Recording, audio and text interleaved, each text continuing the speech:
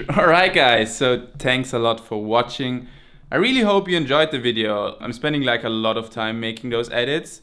So I want to give a shout out today to Skillshare for making this episode possible.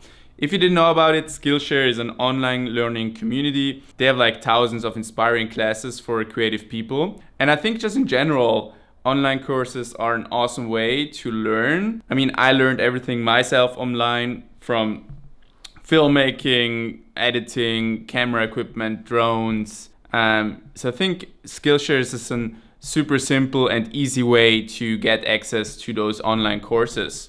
For example, a great course is Advanced Video Editing with Adobe Premiere Pro by Jordi Vanderput. I use Adobe for my personal edits as well, and Jordi just goes over all the essentials, what you need to make an edit. Alright guys, so if you're interested, Skillshare is offering a free trial of their premium membership for the first 1,000 people that sign up on the link here below. And I think after it's only at $10 a month or something. So if you're interested, don't miss out on this opportunity. Yeah, thanks again for watching, and I hope to see you really soon again.